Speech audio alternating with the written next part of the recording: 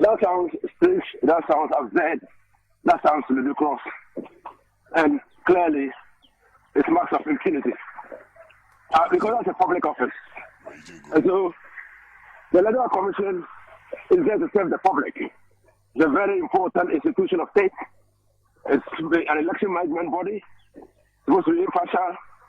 Its actions are supposed to be scrutinized every now and then by citizens of the country to ensure that they are fair and impartial in the administration of their job or in the performance of their mandate.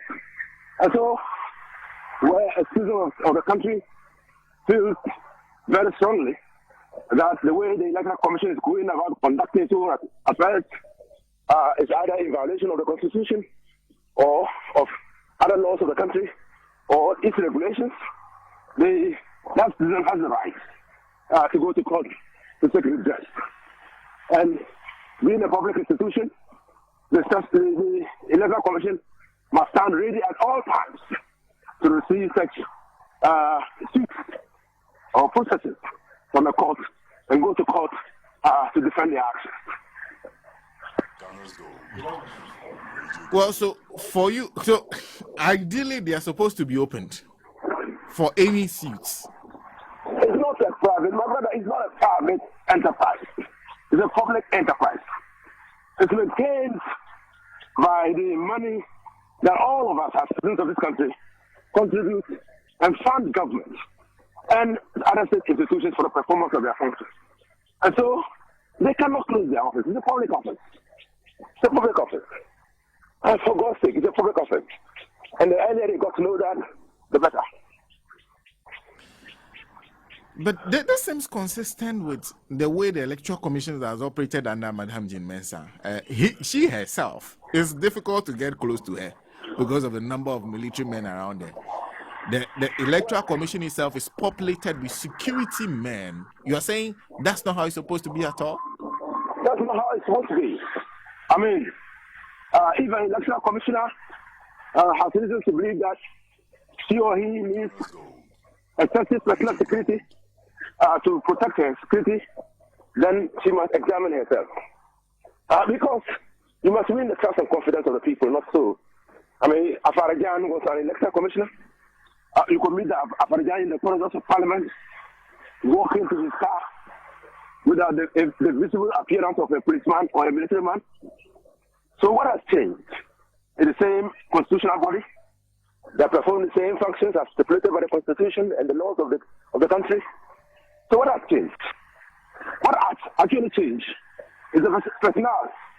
The people are different. Their attitude towards public service is different.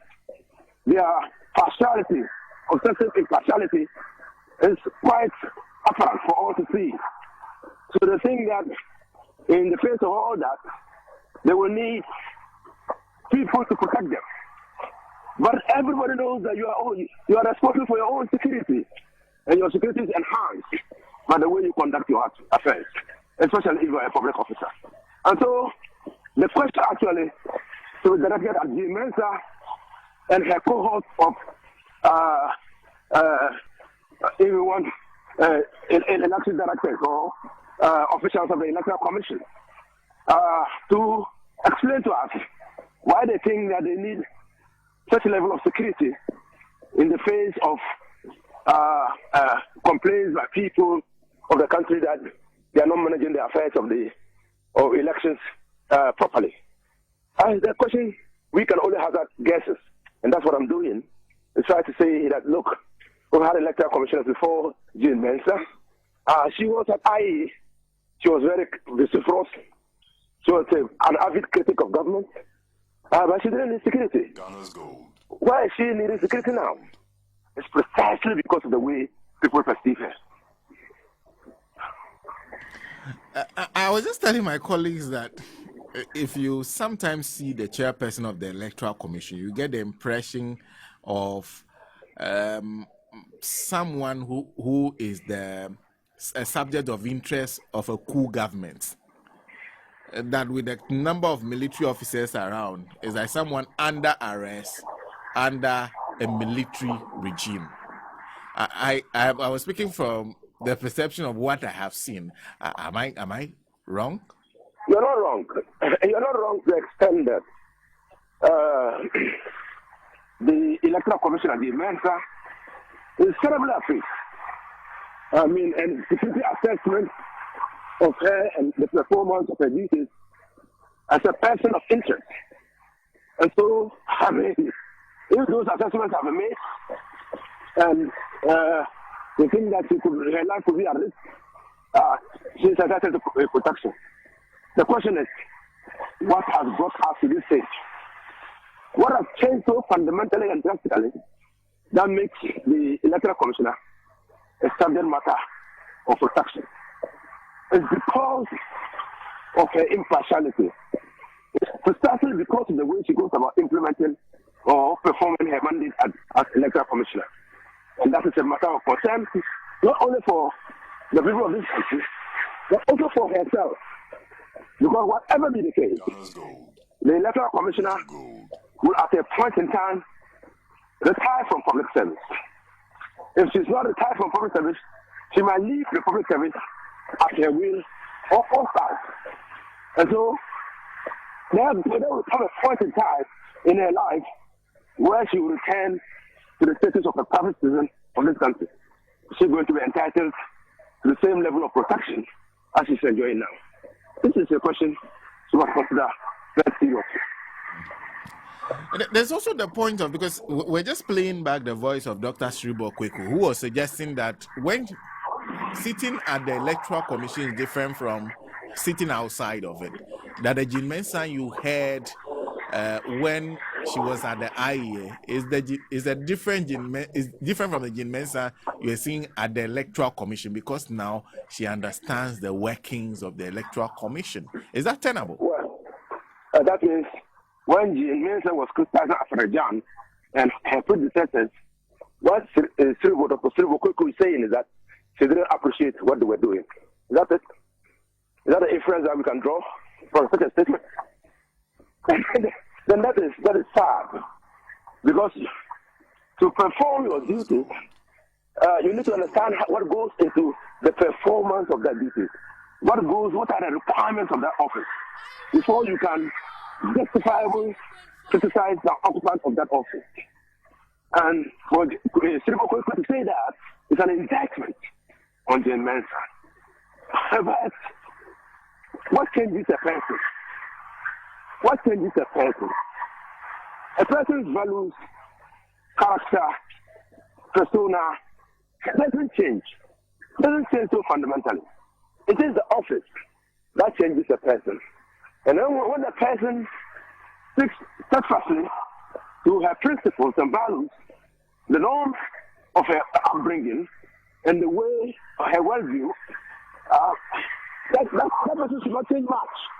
And so, for us to say, for Sribo to say that the Mensah has changed, the Mensah before Electoral Commission and the Mensah at the Electoral Commission are two different persons.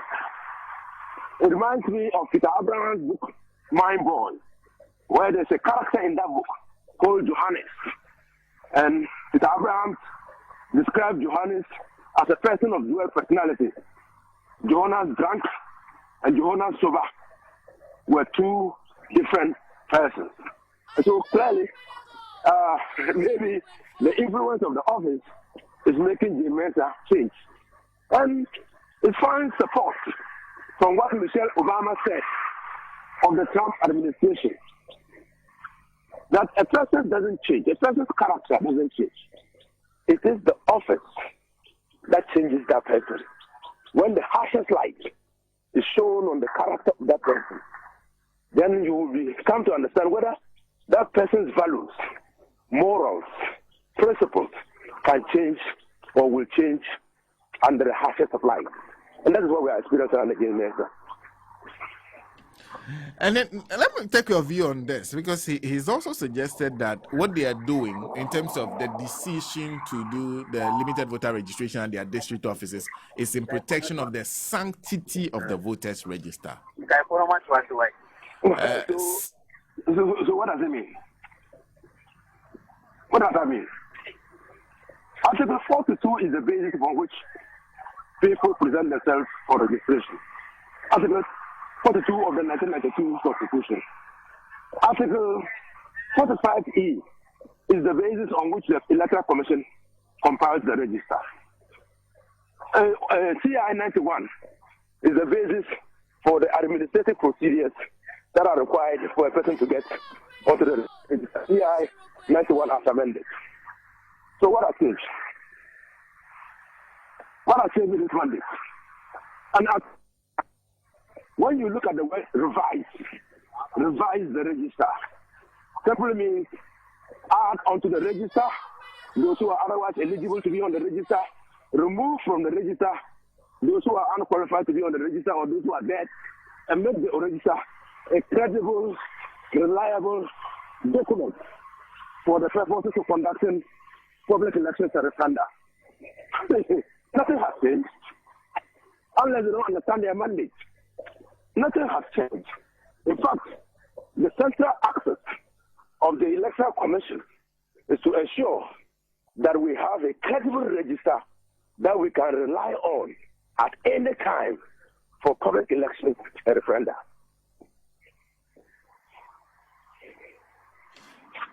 And he's suggesting that is that credibility that is leading them to take some actions that are not popular with even civil society, that everybody else is looking at, register them without looking at what type of register that's produced.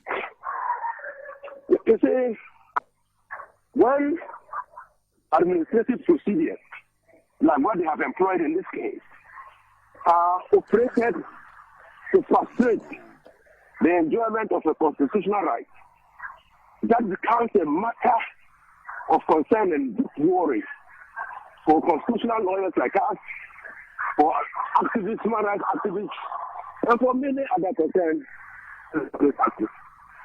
You find a country that is sparsely populated, where distances are far, where there are natural objects that could prevent a person from accessing a registration center as presently constituted. Now, you find that in the regulations in CI 91 as amended, the Electoral Commission is enjoined in setting up registration centers to be mindful of polling stations. Centers that are accessible to the polling stations. Why? Because you want to ensure that after the registration, the registrants are not lost when it comes to determining where they vote, or their place are polling stations that are far remote from their homes.